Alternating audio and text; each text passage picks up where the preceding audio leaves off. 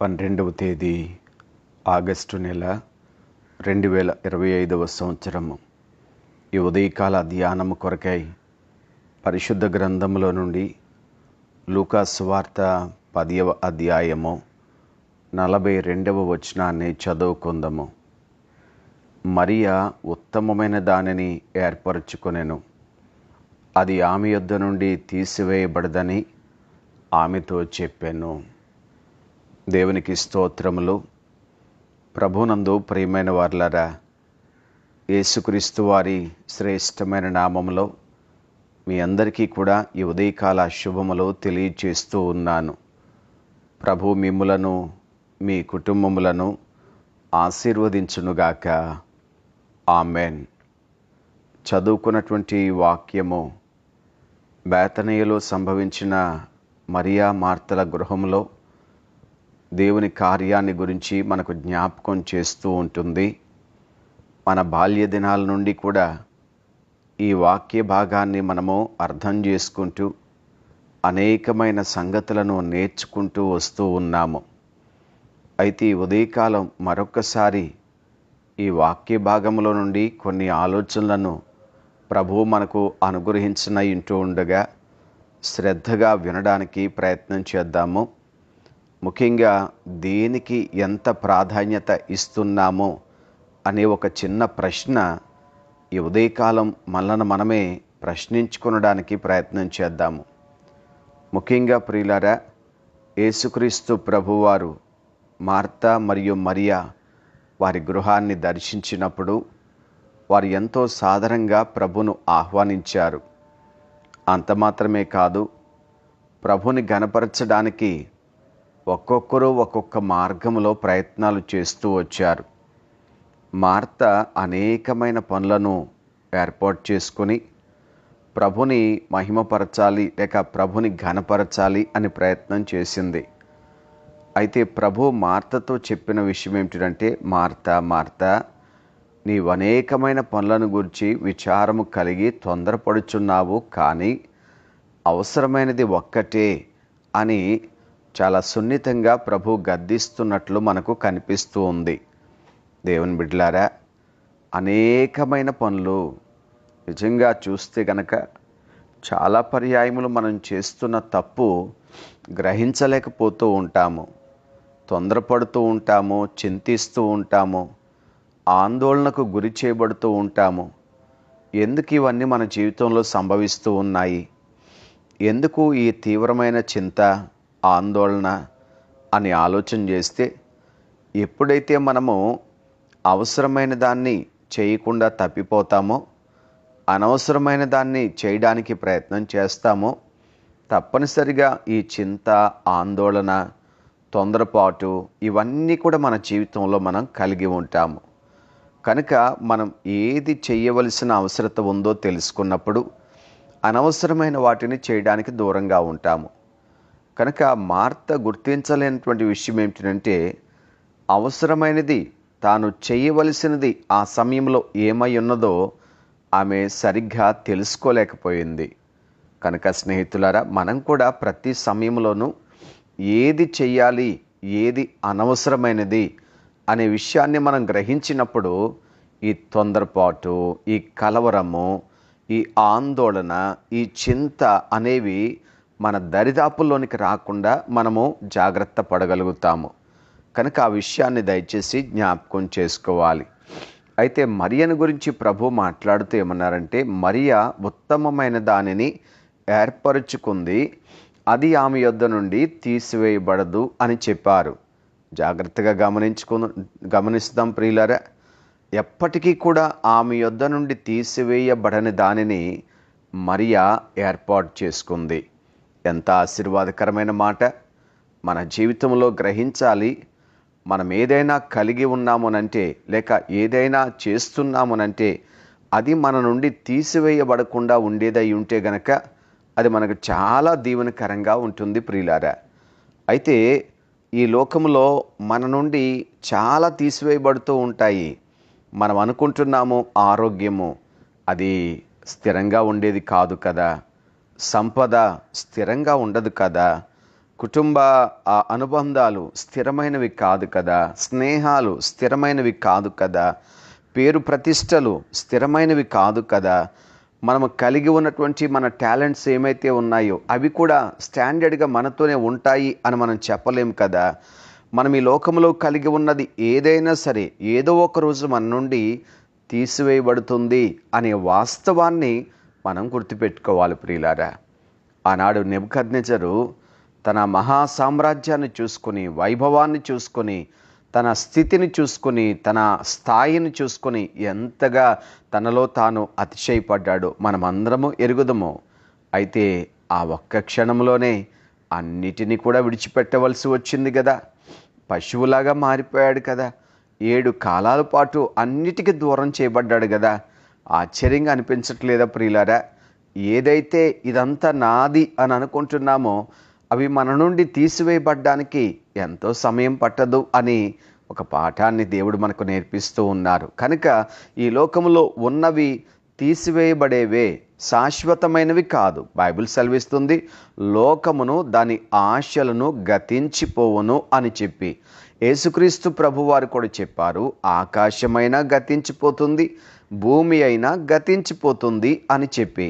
కనుక తీసివేయబడేటువంటి వాటిని నీవు నేను ఎంత గట్టిగా పట్టుకున్నా మనం ఏమాత్రము కూడా కాపాడుకోలేము ప్రియులారా. ఆరోగ్యాన్ని కాపాడుకోవడానికి తలక్రిందులుగా తపస్సు చేసినా అది మన చేతుల్లో లేనే లేదు. సంపద మనం ఎంత గట్టిగా పట్టుకున్నా ఈరోజు నీ చేతుల్లో ఉన్న సంపద రేపు ఎవరి చేతుల్లో ఉంటుందో ఎవరికి తెలుసండి. ఆ ధనవంతునితో ప్రభు చెప్పారు, నీవు సంపాదించినదంతయు కూడా ఎవనిదగును అని. కనుక అతని దగ్గర జవాబు లేదు కదా. కనుక దేవుని యొక్క వాక్యములో ఉన్న సత్యాన్ని తెలుసుకోవడానికి మనస్సు పెడదాం ప్రియులారా. మన నుండి తీసివేయబడేటువంటి వాటిని గట్టిగా పట్టుకుని ప్రాకులాడడం కంటే మన నుండి తీసివేయబడకుండా స్థిరంగా ఉండేటువంటి వాటిని కలిగి ఉండడం అనేది మనకు మేలుకరం కదా. ఆలోచన చేద్దాం ప్రియులారా. మన నుండి తొలగిపోయే వాటిని బట్టి తొలగిపోయిన తర్వాత కృంగిపోయి ఆందోళన చెంది వేదన పడుతూ బాధపడడం కంటే శాశ్వతంగా మనతో ఉండేటువంటి వాటినే మనం కలిగి ఉంటే ఏ చింతకు తావులేదు కదా, ఏ ఆందోళనకు కూడా తావులేదు కదా. దయచేసి మర్చిపోవద్దు ప్రియులారా. అయితే ఇక్కడ ఒక సత్యాన్ని తెలుసుకోవాలి. మరియా దేనిని ఏర్పాటు చేసుకుంది అనంటే తన యొద్ద నుండి తీసివేయబడిన దానిని ఏర్పాటు చేసుకుంది. ఎంత గొప్ప తెలివండి. మార్త ఆ ఆలోచన చేసుకోలేకపోయింది. అనవసరమైన వాటిని పట్టుకుంది, కానీ అవన్నీ కూడా అంత అవసరమైనవి కాదు అని తెలుసుకోలేకపోయింది. కానీ ఏదైతే అవసరమో మరియ తెలుసుకుంది. అది తన యొద్ద నుంచి తీసివేయబడదు అని తెలుసుకుంది. అది ఆమె కలిగి ఉండడానికి ప్రయత్నం చేసింది. ఇంతకీ మరియా కలిగి ఉన్న ఉత్తమమైనది ఏమై ఉన్నది? యేసయ్య పాదాల దగ్గర కూర్చుని ఆయన స్వరము వినుట. ఎంత గొప్ప భాగ్యం అండి. దేవుని సన్నిధిలో కూర్చొని, దేవునికి సమీపంగా కూర్చొని యేసయ్యను సమీపించి ఆయన స్వరాన్ని వినడం కంటే ఈ లోకంలో ఉత్తమమైనటువంటి కార్యం మరొకటి ఏముంటుంది ప్రియులారా? దేవుని సన్నిధిలో ఉన్నవారు ఎంత ప్రశాంతంగా ఉంటారో తెలుసా? మార్తలో ఆందోళన ఉంది, కానీ మరియలో ప్రశాంతత ఉంది. ఈనాడు చాలాసార్లు ప్రియులరా నెమ్మది లేకుండా ఎంతమంది కృంగిపోతున్నారు తెలుసండి. ఆందోళన ఆందోళన ఆందోళన, టెన్షన్స్ ఎక్కువైపోతున్నాయి, బీపీలు పెరిగిపోతున్నాయి ప్రియులరా.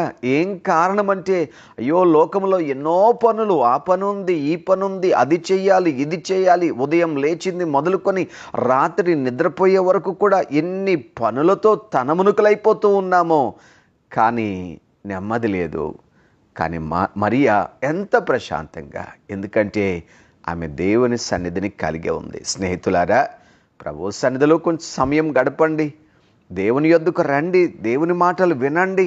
మనసుకు చాలా నెమ్మది కలుగుతుంది, ప్రశాంతత ఏర్పడుతుంది.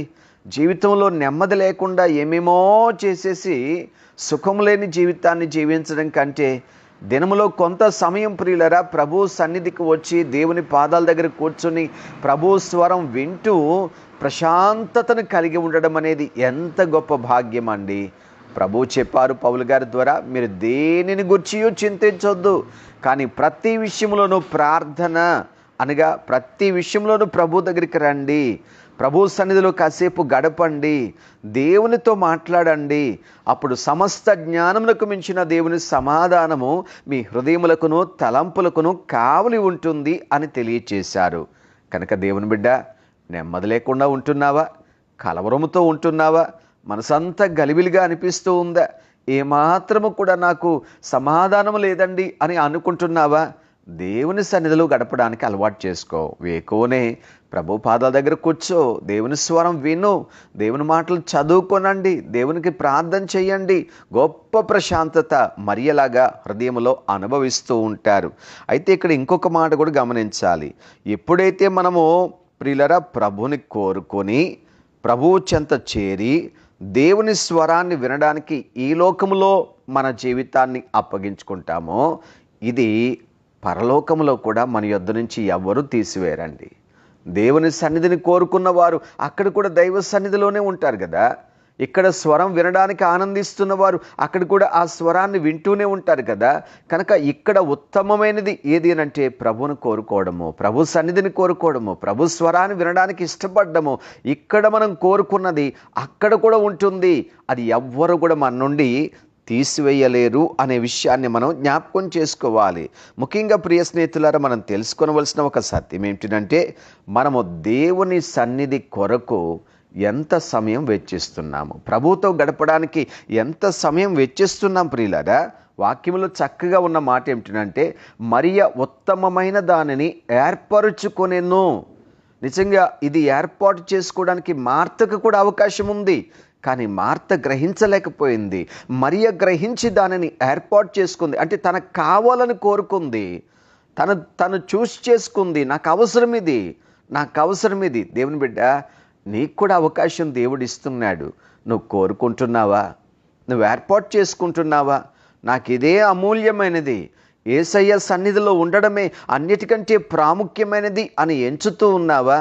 దేవుని సన్నిధిలో ఉన్నటువంటి వారి జీవితాల్లో లభించే గొప్ప మేలేమిటినంటే, యాకోబు పత్రిక 1వ అధ్యాయము 21వ వచనాన్ని చదువుతున్నాను. అందుచేత సమస్త కల్మషమును విర్రవీగుచున్న దుష్టత్వమును మాని లోపల నాటబడి మీ ఆత్మలను రక్షించుటకు శక్తిగల వాక్యమును సాత్వికముతో అంగీకరించుడి. ఇక్కడ భక్తుడు చెప్తూ ఉన్నారు, మీరు దేవుని వాక్యాన్ని అంగీకరించండి. ఎలాగ? సాత్వికముతో అంగీకరించండి. ఎందుకంటే ఆ వాక్యము మనలో ఉన్న దుష్టత్వాన్ని తీసేస్తుంది, విర్రవీగుతున్నటువంటి దుష్టత్వాన్ని, సమస్త కల్మషాన్ని తీసేస్తుంది. మన లోపల వాక్యం నాటబడుతుంది. అప్పుడు మనం ఏమవుతామనంటే ఆత్మలో రక్షణ పొందడానికి శక్తిని కలిగి ఉంటాము. అంటే దేవుని వాక్యం మన జీవితంలో ఎన్ని కార్యాలు చేస్తుందో గమనిస్తున్నారా? అదే కోరుకుంది మరియా. స్నేహితుడా, ప్రియ సహోదరి, ప్రభు నీతో నాతో మాట్లాడుతున్నప్పుడు ఆ మాటను నువ్వు ఎలా తీసుకుంటున్నావు? నీ లోపల నాటబడేటట్లుగా నువ్వు అంగీకరిస్తున్నావా? నా జీవితాల్లో ఉన్న కల్మషాన్ని తొలగించే శక్తి, వెర్రవీగుతున్నటువంటి గర్వాన్ని తీసివేసేటువంటి శక్తి, మన ఆత్మలను రక్షించడానికి కావలసిన శక్తి దేవుని యొక్క వాక్యము ద్వారా మనకు అనుగ్రహిస్తున్నప్పుడు ఆ వాక్యాన్ని సాత్వికమైన మంచి మనస్సుతో అంగీకరిస్తున్నామా? మరియ అదే కోరుకుంది ప్రియులారా. ఆమె అదే తీసుకుంది. దేవుని వాక్యంలో ఒక మాట, అది మార్కు సువార్త 5వ అధ్యాయం 15వ వచనంలో జ్ఞాపకం చేస్తూ ఉన్నాను. జనులు జరిగినది చూడవెళ్ళి యేసునొద్దకు వచ్చి, సేన అను దెయ్యం పట్టినవాడు బట్టలు ధరించుకొని స్వస్థ చిత్తుడై కూర్చుండి ఉండుట చూచి భయపడ్డారు. సేన అనే దెయ్యం పట్టినటువంటి వాడు గెరసేను ప్రాంతపు సమాధుల తోటలో అతని భయంకరమైన జీవితాన్ని మనం ఈ అధ్యాయములో చూస్తాము.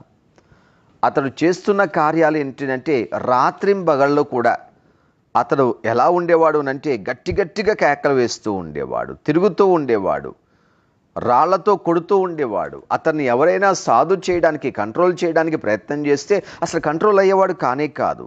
అతడు ఎన్నైనా చేస్తూ ఉండేవాడు, కానీ కూర్చుని కుదురుగా ఆ అనుభవం మాత్రం అతనికి లేదు. యేసయ్య ఎప్పుడైతే అతను బాగు చేశారో అతడు కుదురుగా కూర్చున్నాడు. అతడు కూర్చోవడం చూసి ఆ ప్రజలందరూ అనుకున్నారు, ఇతడు బాగుపడ్డాడు అని చెప్పి. దేవుని బిడ్డలారా, మనం అన్నీ చేస్తాము, కానీ ప్రభు సన్నిధిలో కూర్చోవడం ఒకటే చేయడం లేదు. మనం అన్నీ చేస్తున్నాం, అటు తిరుగుతున్నాం, ఇటు తిరుగుతున్నాం, ఆ పని చేస్తున్నాం, ఈ పని చేస్తున్నాం, ఎన్నైనా చేసేస్తున్నాం అండి. కానీ కూర్చోవడం ఒకటే చేయడం లేదు. ఎప్పుడైతే కూర్చోవడం ఒకటి చేస్తామో మన జీవితాలు మార్చబడినట్లే, మన జీవితాల్లో ఉన్న ప్రయాస తొలగిపోయినట్లే, మనలో ఉన్న ఆందోళన తొలగిపోయినట్లే, మన సమస్య తొలగిపోయినట్లే. మీరు గమనించండి, అతడు ఎప్పుడైతే కూర్చున్నాడు ప్రభు దగ్గర, అందరూ అనుకున్నారు ఇతడు బాగుపడిపోయాడు, ఇతనికి ఆందోళన లేదిక్క, ఇతనికి దెయ్యపు శక్తుల ప్రభావం లేదిక్క, ఇతనికి గాయాలు లేవు, ఇతనికి బంధించబడిన బంధకాలు లేవు, ఇతని జీవితంలో నాశనం లేదు అని అందరూ సాక్ష్యం చెప్తా ఉన్నారు. స్నేహితుడా, ప్రియ సహోదరి, నీవు కూడా ఉదయం లేచిన మొదలుకొని సాయంత్రం వరకు అన్ని చేస్తున్నావేమో, ఆ ఒక్కటి తప్ప ఆ ఉత్తమమైనది చేసి చూడు. నీ జీవితంలో ఎన్ని అద్భుతమైన కార్యాలు జరుగుతాయో, నా జీవితం సంపూర్ణంగా మార్చబడిపోతుంది. కనుక ఉదయకాలం ప్రేమతో దేవుని యొక్క మాటల ద్వారా జ్ఞాపకం చేస్తున్నాను ప్రియులారా, ప్రభు సన్నిధిని కోరుకోనండి. దేవుని సన్నిధిని విడిచిపెట్టొద్దు. దేవుని స్వరానికి లోబడండి ప్రియులారా. వాక్యాన్ని నిర్లక్ష్యం చేయొద్దు. ఎందుకంటే ఎవరైతే దైవ సన్నిధిని కోరుకుంటారో వారు కలవరం నుండి విడిపించబడతారు, నెమ్మది కలిగిన అనుభవంలోనికి వస్తారు, అన్నిటి నుండి వారు విడుదల పొందుతారు. వారి జీవితం సరిచేయబడుతుంది, చక్కపరచబడుతుంది, ఆశీర్వదించబడుతుంది, దేవునికి మహిమకరంగా మార్చబడుతుంది. అలాంటి ఉత్తమమైన దాన్ని మరియ కోరుకుంది. స్నేహితుడా, ప్రియ సహోదరి, నీవు కూడా కోరుకో, నీకు ఆశీర్వాదం. ప్రభువు మిమ్మలను దీవించునుగాక. ఆమెన్. పరిశుద్ధుడైన మా తండ్రి, దేవా మీకు స్తోత్రాలు చెల్లిస్తున్నాము నాయన. మీ పాదాలు పట్టుకొని కృతజ్ఞతలు చెల్లిస్తూ మీకు మొరపెడుతున్నాము తండ్రి. మా ప్రార్థన ఆలకించండి. రాత్రి అంతయు మాకు తోడుగా ఉన్నారు ప్రభువా. వేకువనే మీ సన్నిధికి వచ్చే భాగ్యము, మీ స్వరాన్ని వినేటువంటి ధన్యత మాకు ఇస్తున్నందుకు మీకు స్తోత్రాలు. వింటున్న మీ సన్నిధిలో ఉంటున్న ప్రతి ఒక్కరిని కూడా మీరు దీవించండి. వారిలో ఉన్న కలవరము, గలిబిలి, ఆందోళన, చింత ఇవన్నీ తొలగించండి ప్రభువా. ఇదిగో తండ్రి, మీ వాక్యం వింటూ ఉండగానే, మీ సన్నిధిలో వారు ఉంటూ ఉండగానే ప్రభువా, వారి జీవితంలో నెమ్మది ఆవరించునుగాక నాయన, సమాధానము వారి హృదయంలో ప్రవేశించునుగాక ప్రభువా. మీకు స్తోత్రాలు. వారిని, వారి కుటుంబాలను దీవించండి నాయన. క్షేమము దయచేయండి.